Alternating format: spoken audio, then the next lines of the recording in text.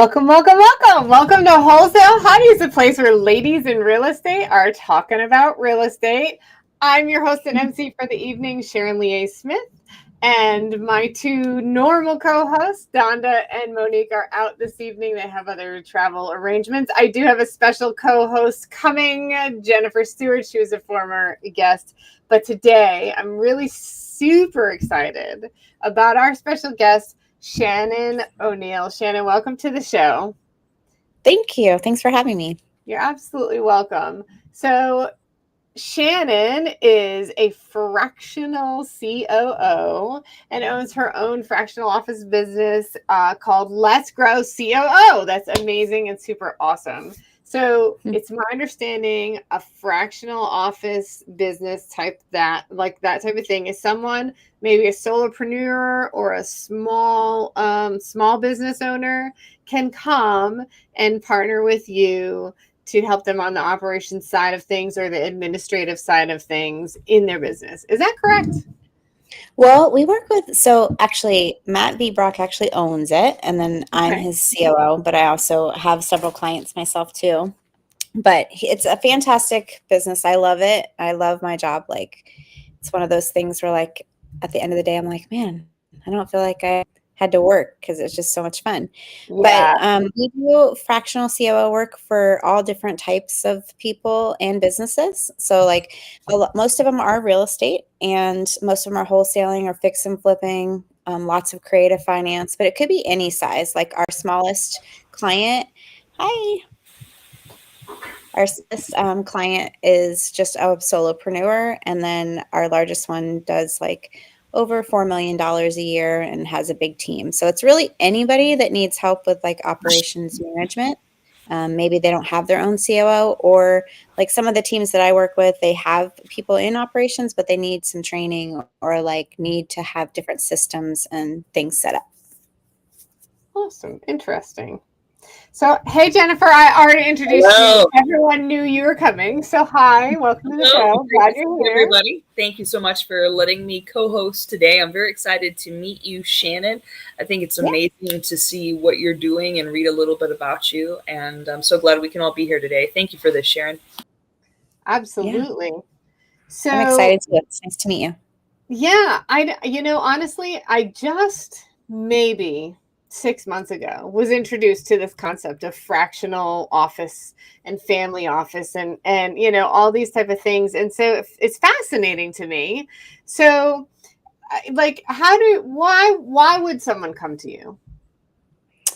So normally someone comes to me when they realize something is broken, like something's on fire in their company, or let's say they made it to like a certain, like maybe they're doing, like for the smaller companies, maybe they're consistently doing like 2 or 3 deals, maybe up to 5 deals, and they can't get over that hump a month. Or for the bigger companies, they're like at that like 1 million mark and they can't get over that hump. So they're like each stage, that you have, like there's different systems and processes and people that you need for each stage of your business. And so usually though, it's something's on fire or somebody's decided that they're missing like a piece to their business and they need some help. Gotcha. That's really interesting. So what are some of the steps that you guys take to, I guess, maybe onboarding or just when you're looking at a business, and if it, sorry about that. Not sure what the internet did there. Sorry about that. We're back. So yeah, so sometimes my internet gets glitchy, so I apologize. I might kick this off every once in a while. I think we've only had that happen a few times on the show, but here we are. So like when, I walk in your door, help, my life's a dumpster fire. It usually is. That's my life. Just call me the resilience queen. We're good. We'll talk after. No, so like, okay, so then what are some things that you're going to ask me? What are we going to get into to kind of establish that, hey, what can you do for me type of a thing? Like yeah. So we have a couple different places that somebody might start with us. So Matt does an amazing job. He has another program that we have where we train we onboard acquisitions people to work inside of like wholesaling or fix and flips companies because it was something that our clients that we're working with on the operations side were like constantly having trouble getting actually trained up people.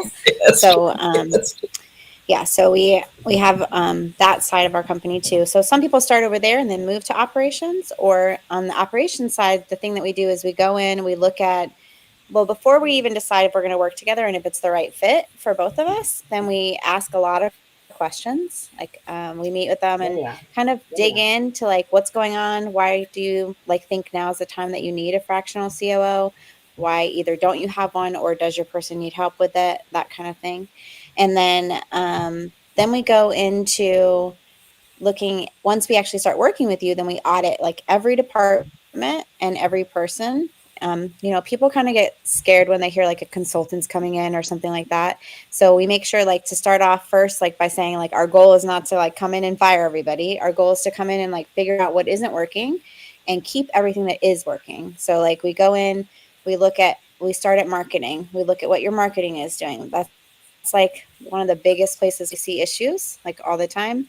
Nobody's tracking their numbers, don't know where they really are. So we start there. And then we go over. It does. It does. And then we move over to acquisitions, and then we look at everyone that's working in acquisitions. We get a really good understanding of the market that the clients are in.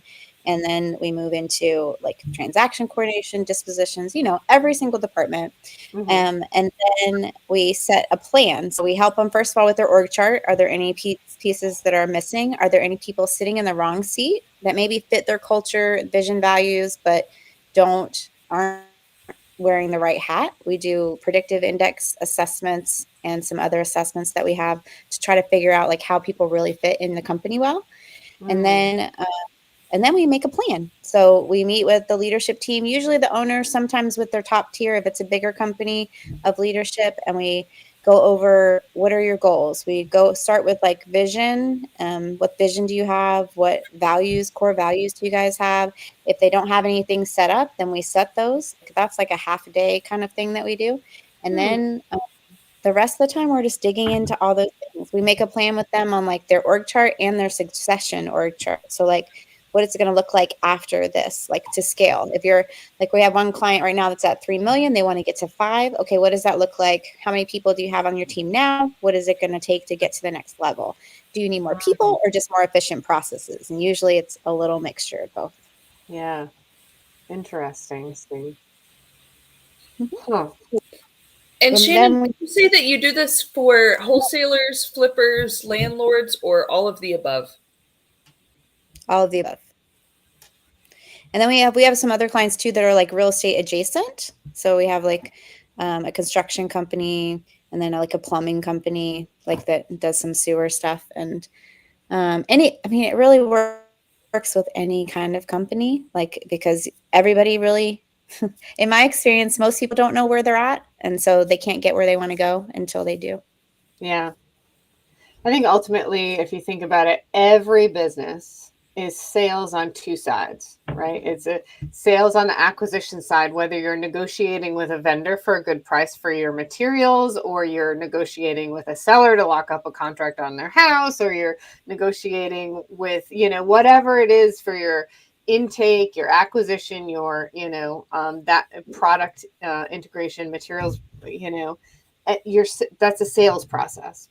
And then on the other side, it's also a sales process, right? And you're selling whatever you've done to that product in the middle. Now you're then selling your end product, whether it's now I have a contract, I'm assigning it. I have a new sweater, I'm gonna sell that on Etsy. Now whether you know what I mean. So either way, it's a sales process, and I think you're right in that so many people don't track what they're doing in order to establish KPIs, right? And so I think that's super key to have, either regular internal auditing happening, which doesn't happen, right? I know it doesn't happen for me. I'm a solopreneur, right? That's one of my flaws, one of many.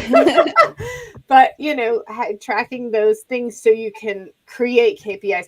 I think a lot of people have that confusion. What are KPIs versus recording the data, right? Because you can't measure what you don't know. Right. And Right. so if you don't know, well, how many calls do I make in a day? Well, then how many should I be making in a day? Right. And to be able Right. to have a plan of action to get there, Yeah. people get lost. They just feel like, 100%. I feel like I've done a bunch of stuff. This should be working. Right. Oh, You hear that, or Tom? I like hear they that a know. lot. Yeah. I'm curious how much Yeah. corporate culture has to do with success. And with you seeing all the people that you see, what type of corporate cultures can hold the space for success without the owner of the company being there? I would be very curious to what you saw on that. So we have a lot of owners that their goal is to step out of the company, like out of the day-to-day, like not to be in the day-to-day and just to work on the company, Yep. or even just to be like filled in on the company. It really like depends on their profile of like, because we do their predictive index too. And then we also like test and see like how should you be fitting in this? Usually though, the companies I see that are the most successful have great culture coming from the owners and the leadership team. Like that have like a culture of growth, that want to do better, because it takes a lot of it almost takes humility to bring someone like me in, because and also to surround yourself with people that have, like to Sharon's point, like superpowers you don't have, right? Like I don't think it's really a flaw that you don't have. You have other superpowers, right? And so there's an opportunity for you to find somebody that has a superpower you don't have and bring them in, and they'll level you up at the same time as they do it for your whole company. So the ones that I find that are the most successful are people that are like open to change, open to suggestions. Like I have some really, really great clients, and sometimes like anytime you scale, there's growing pains. And so sometimes I have to have really super uncomfortable conversations about like what they've been doing for years, that the reason they can't scale is because they've been doing this thing for years. And so what are like some examples of the things that people are doing that are holding them back? Is it not getting a bookkeeper? Is it not holding people accountable to their KPIs?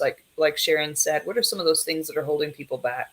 100%. Those are the first two things that I always look at, because Nailed, bookkeeper and yeah. finance, like people don't value the value that really brings to a company, and knowing where your finances are and how much money you're really spending. Because a lot of people only see like, okay, I bought 10 deals last month, but they don't look at how much they spent to get to those 10 deals, whether it was on marketing or overhead, employees, like all the little 10 million softwares they're buying, and or mentorships or whatever that in there. So Yeah. And then the second thing is the accountability stuff. Like it really starts with employees not even knowing what their expectations are. Like they don't have job descriptions. They don't have like, what is the expectation of how many calls I'm supposed to make today? No one's telling them, and no one's also looking at like their averages to know what they should be striving for, just what Sharon was saying earlier. Right. So it's really, there's a whole bunch of different things. One of them that's a major one is that they're the bottleneck. Like they are the person that has to touch every decision. And so therefore nobody on their team has autonomy. And so therefore anything that's going to scale, it can't happen because it all comes back to this one person or maybe two people that are making all those decisions, because they're afraid to fail. And so they like hold on to everything really tightly, or because they've never learned how to get the knowledge and information that's in their head out to the people that are on their team. Oh, girl, that is my pain point all day long. Like I can do my business front, back, left, right, sit in every seat, but getting it out of my brain to somebody else. Yeah. Yeah. So I help right? Like that's my struggle. Big time. Yeah, so I help them do that. So what we do is we make like SOPs for everything. Like if you do it more than once, then we tell you to make an SOP about it. You don't like to write? No big deal. Talk to this screen. Do a Loom video. Oh, you don't like to talk? Okay, write it down. We'll type it up for you. Like if it's like we try to figure out, like everyone learns and also teaches in different ways. And so we try to figure out what works for each person and then adapt to that for them. That's smart. That's smart. I love it. I've struggled to hire Americans in this space that weren't complete snakes. I do really well hiring folks overseas, but I've tried to hire some American acquisitions managers over the years, and even setting them up for success, giving them all the tools they need, giving them their KPIs, paying them double market, paying them 20% commission plus a solid base.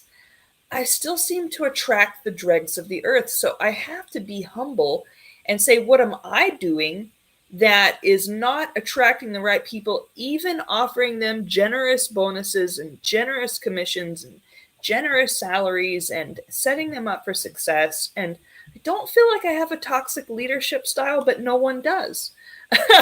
So what am I doing wrong? It's them. How do we I would say hire? even the people that end up having that, like, oh, sorry, you froze.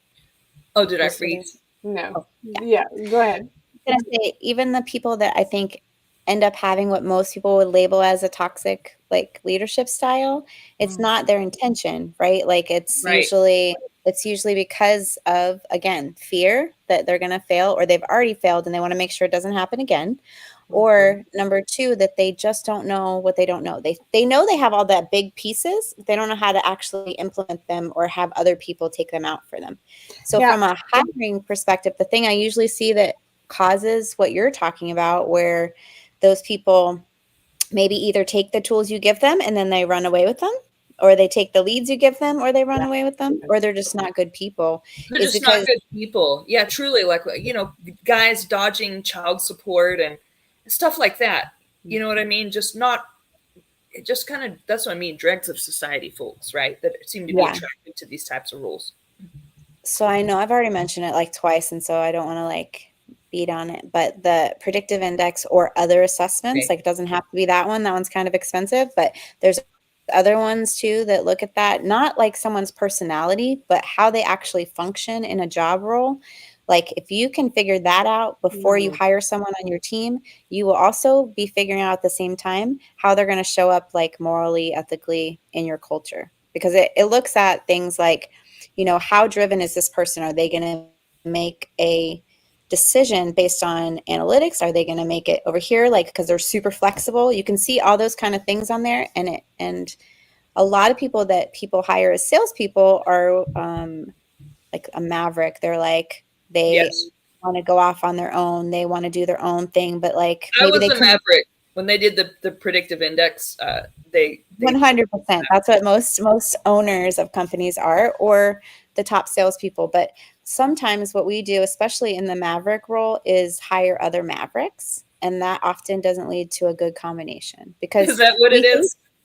We think we want somebody that's like us because we know that we are the things we want to see, right? We're driven. We're going to get it done no matter what. We can sit in every role, like Sharon was saying. We can do all these things. And so we automatically assume the person I need to be this other person is going to be just like me. Hi. This is Monique. Hi, Monique. How are you? Hi, guys. Sorry, I had a closing I was doing, so I am running so far behind, but I made it. Welcome. That's awesome. But I am in the car, so I'm so sorry. I'm not able to even hardly see you guys or anything. So that's okay. You can hear us, right? Yes. Okay, cool. We are talking to Shannon O'Neil. She is a fractional COO, and we are discussing all the things about what she can do for people like us in our businesses. I love that. Yeah. So we've gone over this person, whatever the tests. What are they? I'm sorry, my brain not working. Predictive index or a job assessment. Mm-hmm. Yeah. That's awesome. And, Jennifer, that's exactly, I experience that all the time, right? My wholesale business is kind of a quasi mentorship where, hey, I'll teach you how to wholesale. And in exchange, I get to dispo your deal exclusively, right? And Cool. rather than I pay them, I just split the profit. And then I'm making money that way and I'm utilizing my skills on the dispo side, right? That was at least my business model for 2 years. It was very successful, but it also burned me out so badly I can only because imagine. at one point I had like 26 acquisition people that I was mentoring basically one-on-one. I was married to this thing because my mentorship was text and phone calls back and forth with these people.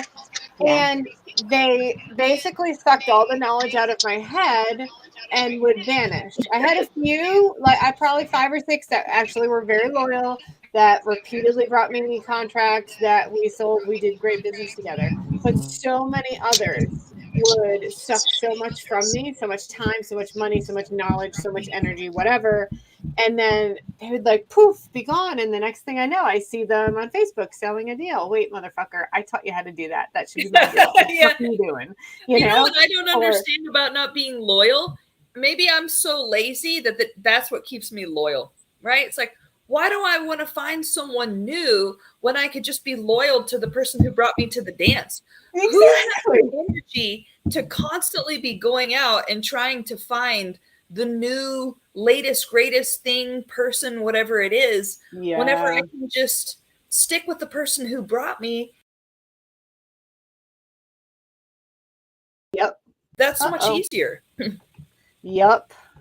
Sorry. I always wonder if it's me. No, it's not. It's me. Yeah. But that is also that thing with like the personality or the, like that, the intentions that those people make and the people that you're bringing on. So like the people that you need to bring into something like that, like for you, Sharon, like that sounds like the burnout piece was because like you probably needed like a one-to-many kind of platform than instead of a one-to-one.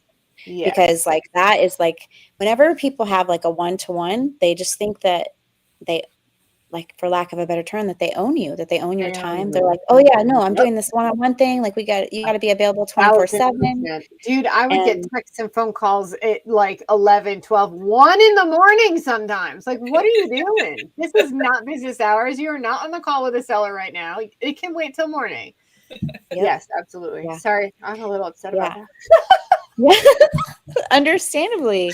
People have this like, intention that they are going to learn all the things, but because we do sometimes choose people like us when we hire people, then they are going to have that drive. They're also going to have like the shiny object syndrome. So like they want to learn from you, but they also want to go over here and learn from so-and-so, and they want to go over here and learn from so-and-so. And so sometimes it might not even be intentional that they end up severing a relationship with you because they are just like, oh my gosh, look at this. Okay, I got to go do this. And then by the time they learn 3 things, they got to do whatever they got to do to make money because they're out.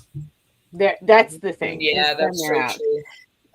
But it's also, it's that I can do this myself, and you're right. It's the caliber of person where they, that snake, as Jen was saying, right?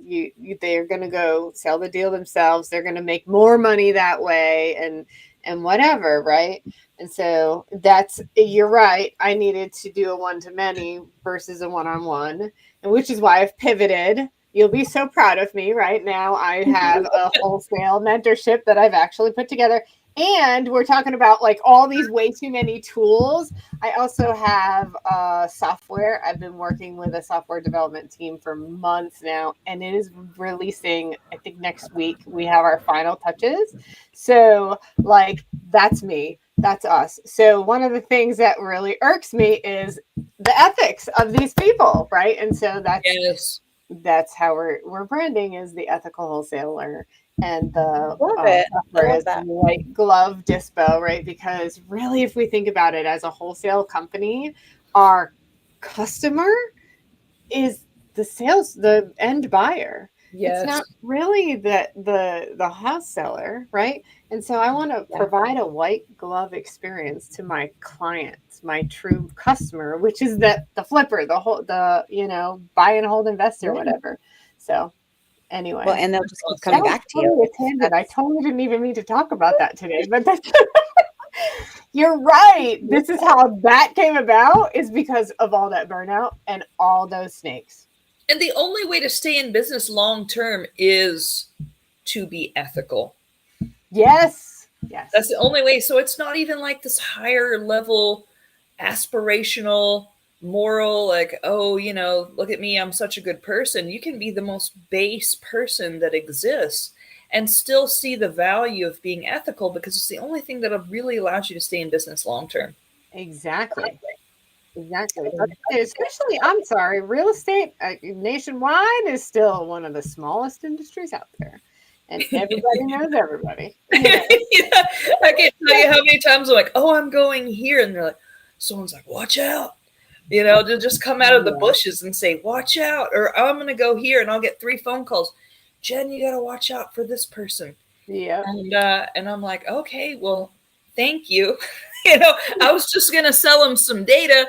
Don't really see how that's going to get me in trouble, but I'm not going to lend them money. But yeah, no, thank you for the heads up, right? And so people will stick their necks out to protect yours, which is always really Which is always good, right? Yes, 100%.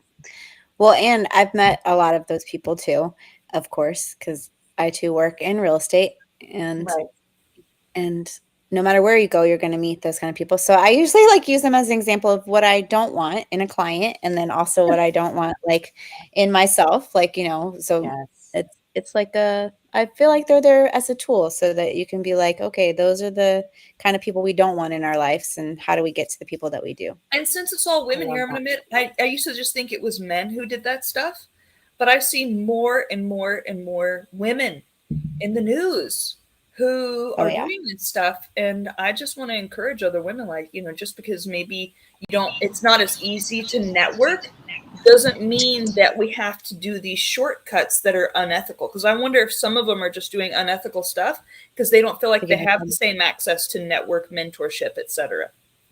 I agree. Yeah. Well, and also a lot of them are being taught the way by a man of some sort that might not be making the best choices, or might convince them that something is like a gray area, or that, you know, because I've met more than one person who was like, oh, well, my mentor always told me that, you know, yeah, everyone does that. It's kind of a gray area. Like, and they only know what they were taught, which is an excuse. Yeah, absolutely. That's why, you know, I love some of the industry leaders out there that are on the forefront of, you know, pushing for legislation for, you know, not control, but like regulation of our industry. And like Jeff Watson, right? Yeah. Who really hammers home the ethical behavior that we ought to be, you know, performing especially when we're talking to sellers that are in a crisis, that we, you know, there's people out there preying on these people that are losing their homes, or, you know, just lost loved ones and have, you know, property from, you know, probate and whatever. And it's predatory what they're doing. And that's not okay. And I know, you know, us ladies on the show, we're not that way. But it's those few that do that pollute the rest of it. Makes the rest of us look bad. And you're right, Sharon. I always ask Jeff Watson if something is a little gray, like this new type of trust came to my attention. And he told me that both he and Mary Hart and John Heyer had looked at this type of trust and decided that it was tax evasion. But it sounded so smart whenever this other lawyer had presented it to me. She's like, well, your lawyer's not going to like this. I'm like, I still need to present it to him anyways. Yeah. You know? It's like, if the other lawyer is saying your lawyer is not going to like this, that could be a big red flag. That's a huge red flag. I agree. Yeah, absolutely. If something's gray, I run it by my attorney. Exactly. And he'll tell me if we can pull this off or not. Right. So, yeah. Smart. Exactly. And, you know, I'm so grateful for people in the industry like Jeff that are, you know, going to, you know, DC and petitioning on our behalf and lobbying for, you know, good and ethical and upright regulation to kind of stop this from happening. So and I've sent checks on behalf of some of those legislators. So Yeah. Don't be afraid to stroke a check from time to time. Exactly. Exactly. So we kind of got like down a rabbit hole. We always do this on the show. I'm sorry, Shannon. So, You're fine. Let's it's all important information. But I don't know if I answered. Did I actually answer your question though during that like bunny trail, Jennifer? Absolutely. Yes. Okay. You did. Thank you so much, because what I heard, my takeaway from that is we need the predictive index, and part of the predictive index is going to discuss the morals, ethics, and people's maybe more long-term intentions. The thing I like about it the most, and I didn't mean to make this into a commercial for them, but the thing I like about it the most is that like you can put, here's where I am. Like if you're a maverick, it shows how you work with me, which I'm a captain. So it like shows like how the two of us work together, and like also why I'm good at what I'm good at and why you're good at what you're good at. And it like really most of the time it just like reiterates like, oh, yes, I'm really good at these things, and maybe these aren't my strengths over here.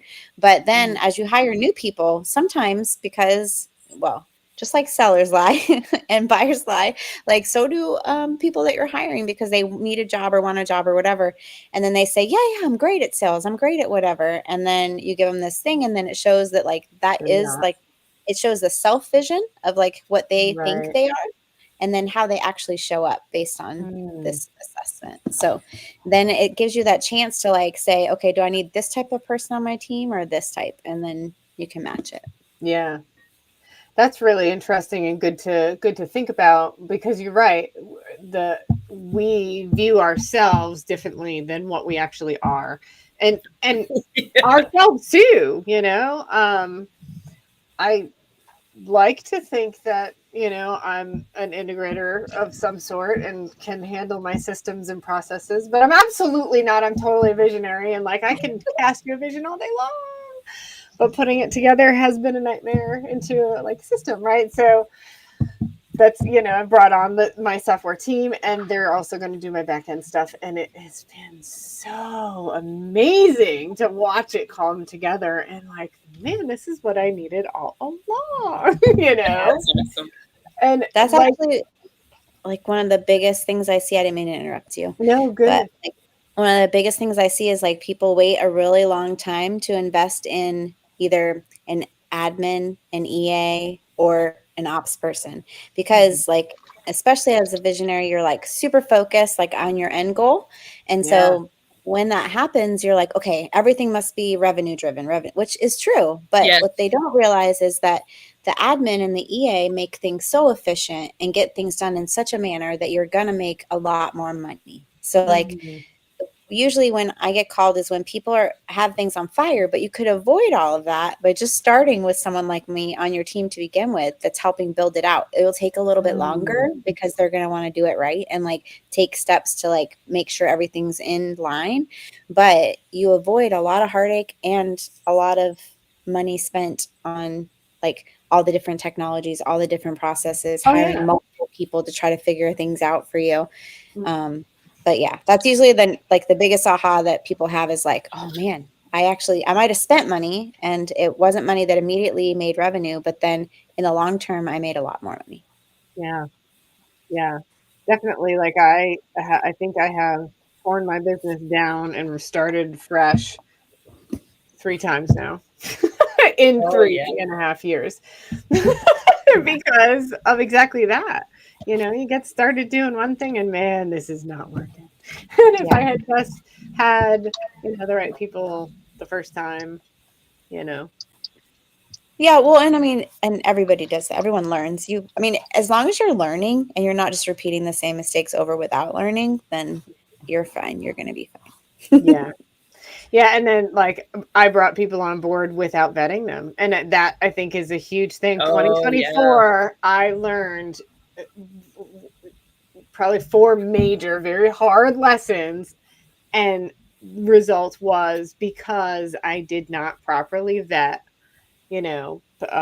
contractor partner, it's supposed to be an integrator partner, and like all these people that were supposed to come in and supposed to help, and I didn't vet them, right? And then so it's 100% me. So things like predictive index test, disc test. So all those things, you're right, are such great tools to That be able to and make even right the, decisions. Go ahead. yeah, I was going to say, and be slow to hire and then quick to fire. Like being slow to hire is like so important, and people have such a hard time because you usually don't hire until it was way past when you needed that person. And so it's hard to like do it slowly and methodically, and like at least in my Good experience. point. Ding, ding, ding, ding, ding. Yeah. Yeah. Very good point. Like, dumpster fire, who can help me? Yes, you can. Let's go. You know, my onboarding process. Yeah. Yeah. Totally not my Well, fault. and everything's on fire. So, and maybe they might have been the right person, but if you don't onboard them correctly and have the things in place and be able to get that knowledge we were talking about earlier, like out of your head. Taking the knowledge out of my head and giving it to them. Yeah. Yeah. Yep. Then you're not setting them up for humility success. enough to be like, I fucked up this whole time. Yep. Yeah. Cool. And then that way, because if you have that onboarding, and usually visionaries aren't the best at doing that, like across the board. There's some that are, but most visionaries that I've met are not. So yeah. having somebody else be able to train them, which is also why like we train like acquisitions reps, because like we found we were placing, like at first we had like acquisitions reps that we could place with people. So we're just like, oh, here, go work for so-and-so. But they didn't have training in place for their salespeople. And so they wouldn't be successful. And so now like we train them before we ever even give them to anybody so that they go in with like that, you know, at least how to close a deal. And then if they end up in a dumpster fire, it's fine because they know how to do it themselves. So that's fantastic. I would like to hear more about that side of your business. How do you find people, number one, that you're going to place as basically acquisition managers? And then who do you use to train them? I would love to hear more about that side of your business. Yeah. So we do a couple different ways with recruiting. We have a partner that we work with on some of the recruiting side. And then we do a really like, you got to really want a sales job to work for us because we do like a really like thorough vetting process. We do predictive index. We do another assessment called TA12 that you have to pass both of those before you ever even get to have like final interviews, and everyone has the same threshold. We use a hiring process called the 9-box hiring process. It's like takes emotion out of your hiring and like just puts in like facts about what they can and can't do, what they do and don't say, what their background is as far as sales go. And then we work with Jerry Green at the REI Sales Academy. I go to his class every week and have for like 5 years. Well, it was John Martinez awesome. first. Yeah, and then I know John. Spent money on Jerry Green's it was virtual wholesaling back in 2021. Yeah. It's like $1,600 and it totally changed my life. And With then whenever I heard that, you know, he was going to take over John Martinez, I thought that's perfect because nobody was better at getting contracts signed virtually. And back then we did over the phone. It wasn't even over Zoom because it was before, you know, Zoom had really taken off. But yeah. And one thing that I've learned from Jerry and also in my own agency with my lead managers is that my best salespeople just follow the process. My lead managers who get the highest amount of leads, appointments, etc. Because I don't have acquisition managers in my agency just because I was never able to retain them in high amounts. Because by the time they're good enough to be a really good acquisitions manager, they don't need me. They don't need to be in an agency, you know. So I was never really able to retain them. But the people like the lead managers who consistently hit their KPIs every day, when I listen to their calls, they're doing things exactly as I taught them whenever I was a lead manager full-time myself, right? I figured out what worked and I taught them. And the ones who don't veer from that are the ones that the clients keep long-term. They're the happiest. And so really sales to me is more about, like Jerry says, more about the process than it is 100%. Anything else. And most people are like, oh, you know, I'm hungry. I have the talent. That's fine. But there's no need to recreate the wheel. People have already figured this out for you, but not everyone knows who to plug into to find that. So for lead management, I'd like to say I feel like I have that pretty well down because that's what I did for years and years and years. But for acquisitions management, I still go to Jerry Green's class every week, because every single week I learn something new, even after all these years. Yeah. He always says, trust the process.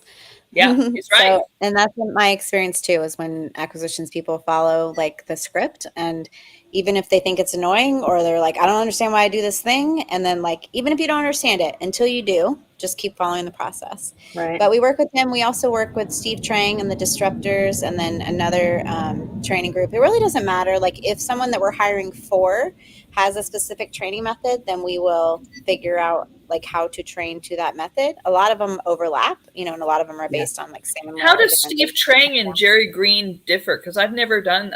I know of Steve because he has a big podcast where a couple of my friends have been on. But yeah, what do they teach? Yeah, Shannon. They do. They teach. Well, they both are talking about the psychology. Like most all of the major. There's like 5 different ones that are like the major ones across the country that I know about that have been successful.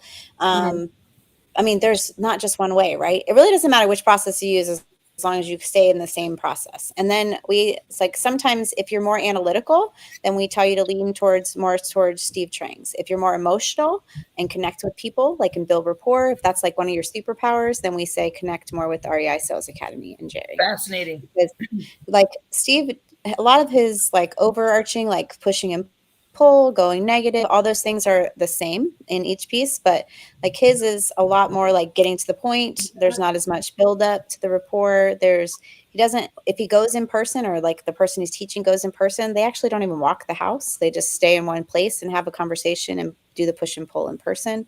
So they're definitely different methods and models, but overarching, it's all like that, psychology of negotiation. So then for that, so Jerry does his weekly ones like on Wednesdays where he does the live training, but then he does 2 additional trainings for our sales reps that are in there every week. And then Matt that's on my team, like he does one of the trainings every week too. So we have like 3 additional trainings for everybody that's in there. Great. And then we're also doing role playing, objection overcoming. And we have this fun wheel that I think Jerry might even use it on Wednesdays now sometimes, but this fun objection wheel that we put every single possible objection we've ever heard of. So you can't even see the little slivers of the wheel anymore. There's so many, and then we just randomly like push it and choose 2 people, and then they role play a call. And I like that. Yep. And so is it like an agency model where they stay loyal to you, and then like the clients pay you and then you pay them, or are they just off and free after you train them? So usually our clients are paying us to place somebody with them usually, and to teach them some kind of like hybrid between operations and sales training. So we're doing, because in our experience, like if you need sales, you probably also need operations. Like people, because especially what I talked about before, where like they don't usually spend money on things that aren't immediate revenue producers, right? Then it's like you start out with, okay, then let's put a salesperson in there because you think that's what you're lacking. And then once they start going, they're like, hey, wait, I don't have any processes. Hey, wait, I don't have any of this. I don't really know how to dispo. What software are we supposed to use for this? So I got you on that. Yep. So it ends up being like a hybrid between like sales training and operations training that we end up doing with clients. But we have all different models like built for wherever people are at in their company. Nice. It's brilliant.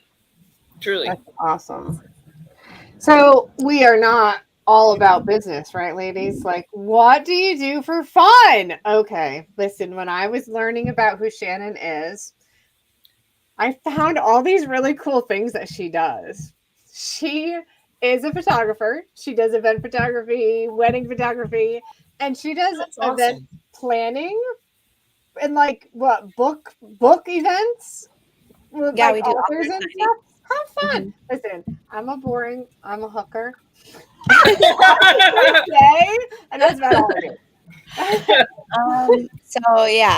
I love to travel. I travel like all over the place. It's so much fun. And that's one of the things I love, like my fractional COO thing. I go and visit my clients. I have clients all over the country. But I also work remotely. So even like, Sometimes I'm in Italy talking about real estate. Sometimes I'm Great. in California. Sometimes, like I was just in Seattle, and the author events you're talking about, like, so it's really funny because the first person that introduced me to the path that led me to real estate is also the person that introduced me to two ladies at an author signing. And that became a company with myself and those two ladies. And we've been doing author events all over the country for the last 11 years.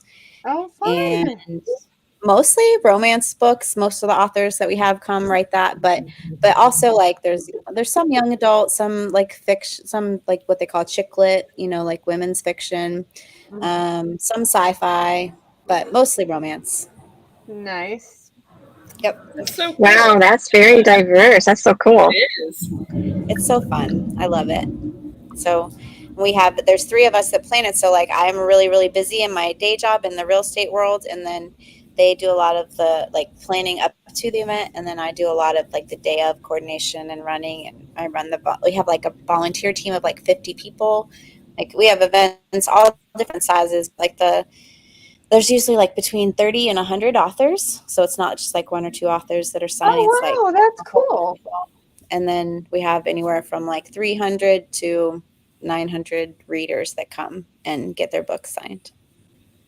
That's really Do they just cool. Come and sign the books? For books. I'm sorry. Go ahead, Monique.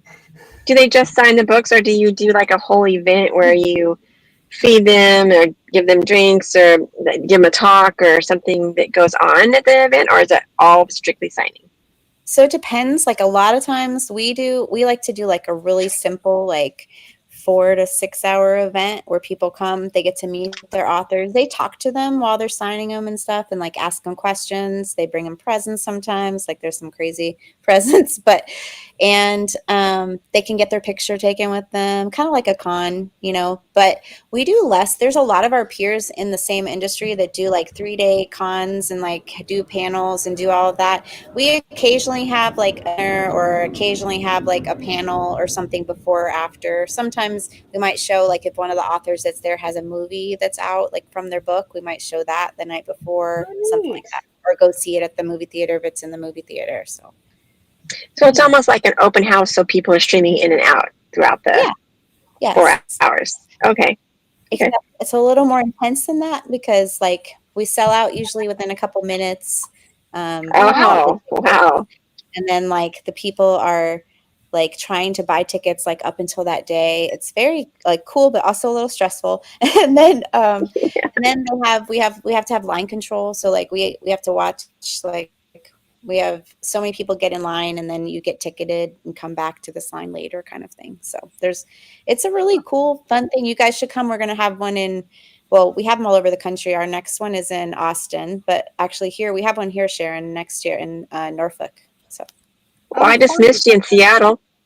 Oh yeah, that was called Rain City Author Event. But the company is called Southern Belle Book Events, and it's 3 of us. We live across the country, and then the next one we have is called the Violet Crown Event in Austin in September. Nice. Well, that's a little bit closer to where Jen normally. Yeah, I'm in Dallas. I'm about to be in California for a couple of months, but I live. We have one in Dallas. We have one in Dallas in February. It's called Holidays with the Bells.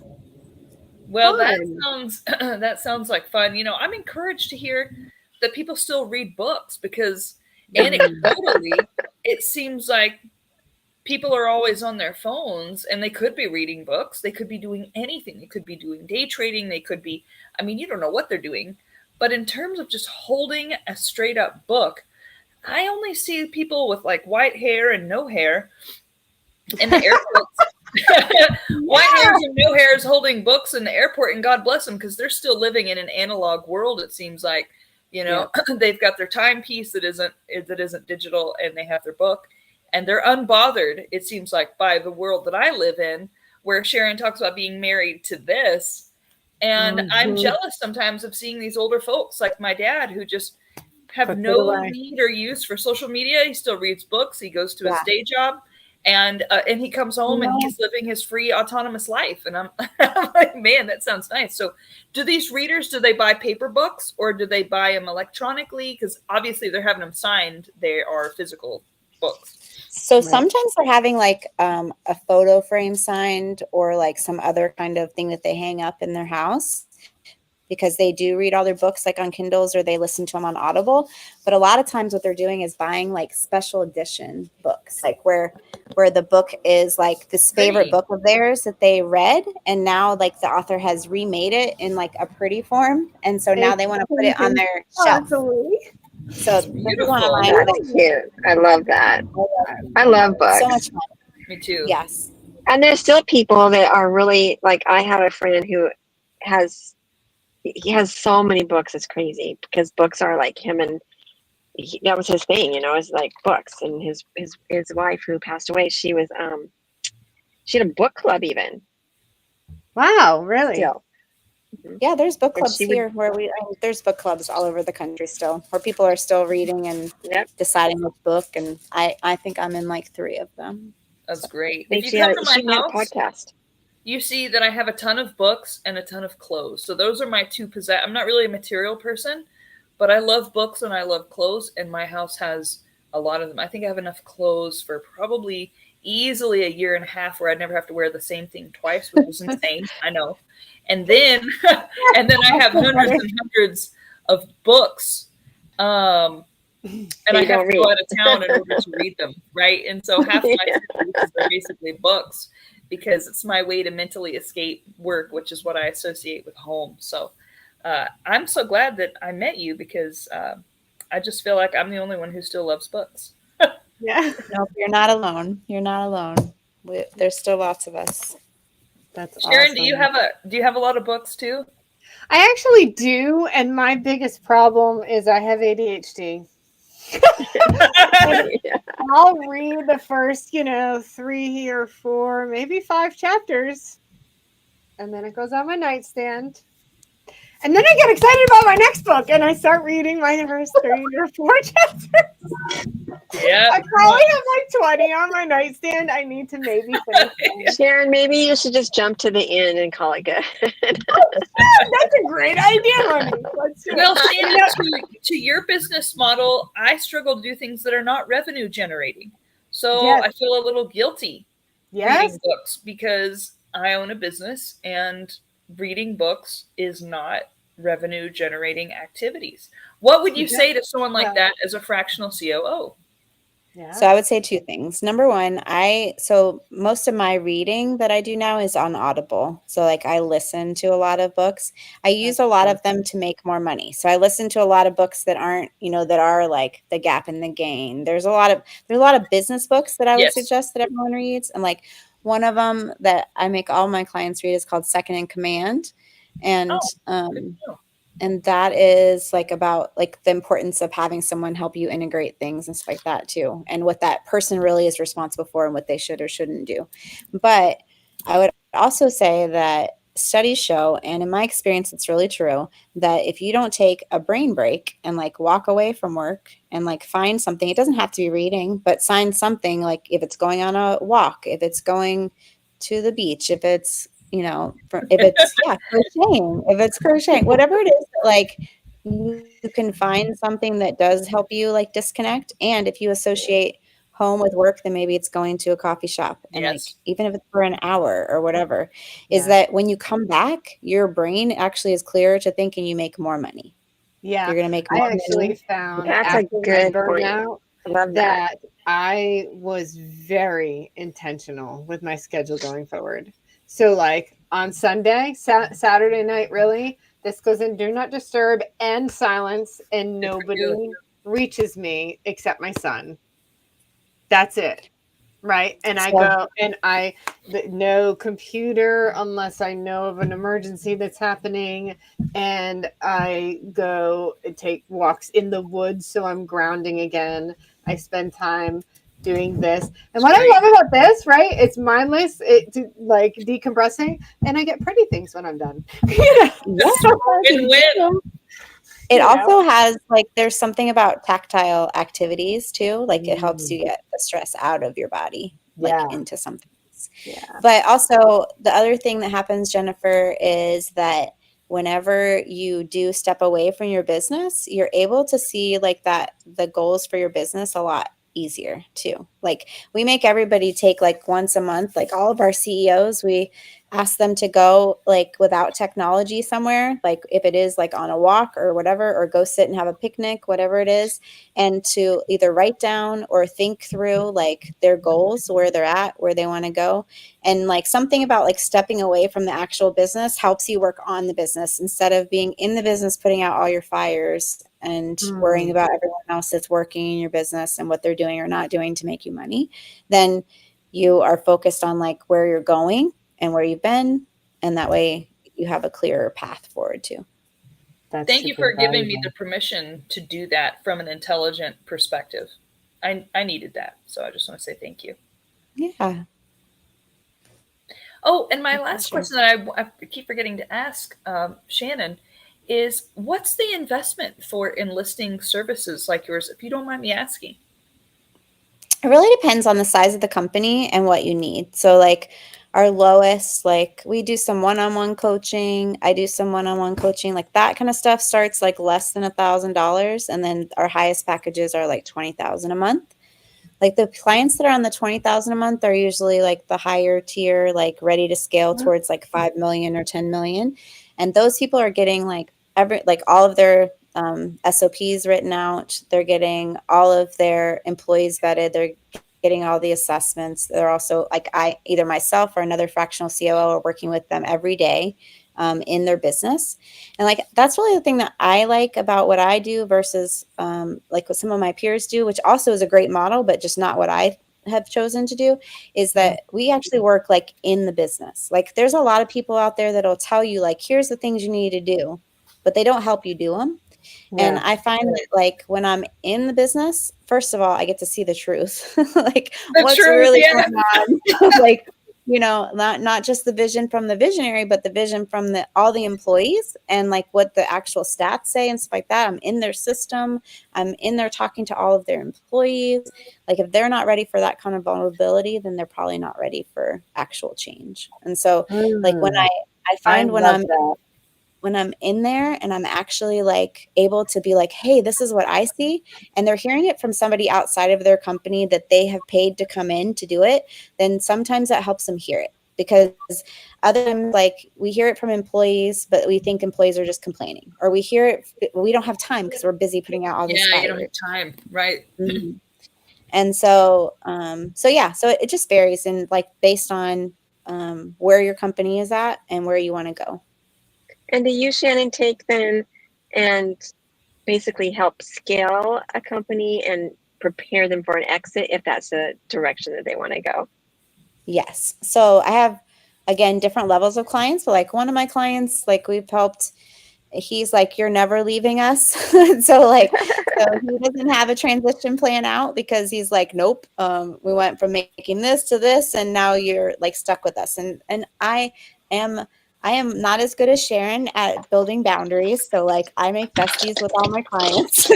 And I had to though. Like I'm like nervous breakdown level of it was bad. I had to. That's something we don't talk about, like the effects of it, like, of the day-to-day and the stress, and especially when you're the entrepreneur, because you know I may not be in their businesses, but I am in, you know, in stuff that I do, and I know like it's lonely. It's lonely to feel. It feels like it's lonely, although we're all like going through some kind of phase like that at one point or another. And it doesn't surprise me that you actually get in and help them with the business, because it seems like, and you ladies tell me if I'm just being sexist,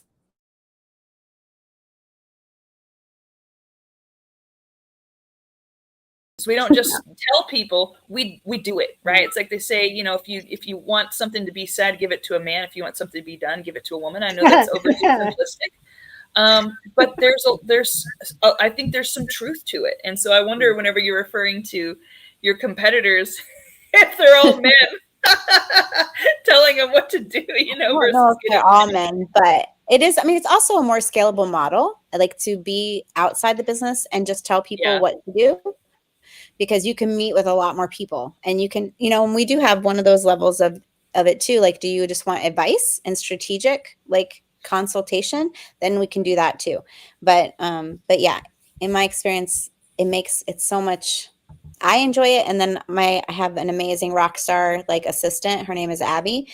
And she is like, gets in and researches everything from like top to bottom. And like, she's just amazing. And the two of us together, like, she'll be like, okay, this is the thing. And this is the thing. We like push it back and forth and like find solutions. So we're just like inside their companies doing that. And then the people that aren't, I don't think that, I think there is a place for that as well.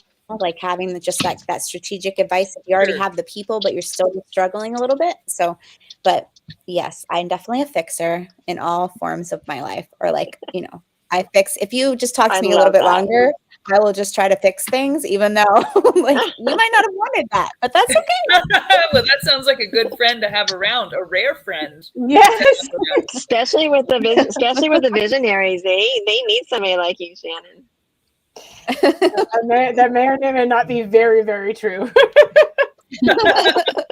How long do folks normally keep you around? I know one guy said he wanted to keep you indefinitely. That's fantastic. We all need clients like that. I need the indefinite people who want me. I don't want people who need me indefinitely because that means I'm not doing my job. But Right. I want people who Exactly. want me indefinitely. And so what does that normal timeline trajectory look like for you? So if we're doing the full COO and like we're in the business and we do everything from the audits to the like succession plans and all that stuff, and we're usually in there about 12 to 18 months. So like Great. That's the a long first time, 3 actually. months, the first 3 months, like there's an option. You can you can stop doing service with us at any time, but most people stay 12 to 18 months. And we usually know going in, like this is how long we think it'll take, just based on experience from other clients. And sometimes it's a little longer. And sometimes we get to like the end of, you know, like 14 months and we're like, hey, I think you guys are good. Like you have, like one of the things we can do is bring in an operator, like that's going to be your full-time COO at some point if you're at that level. Or we can also train somebody like that we've identified in your company, like that already has your culture and mission and visions, you know, values all together, to be that person. So I love Yeah. it. So, as I said at the beginning, we always run out of time. So here we are at the top of the hour and beyond. So I just wanted to give another overview or so how people can get in touch with you. So your company is Let's Grow COO, and they can reach out to you at letsgrowcoo.com or on IG, Threads, or Facebook at Smile Gypsy. That's your photography business, but that's also your Facebook hashtag. It is. And or your email, Shannon at letsgrowcoo.com or phone number. Yeah. Shannon, this has been a great show. It's been so not only helpful, but interesting. And thank you so much for being on. And Jennifer, what a great co-host. Thank you for filling in when the other girls are out. I love it. I'll call on you again when they're on. Yeah, please do. Monica, Yeah, it was so nice. Thank you guys for having me. Thank I you, appreciate Shannon. it. You're welcome. Thank you so much. Have a good night. Bye. Take care. Bye-bye.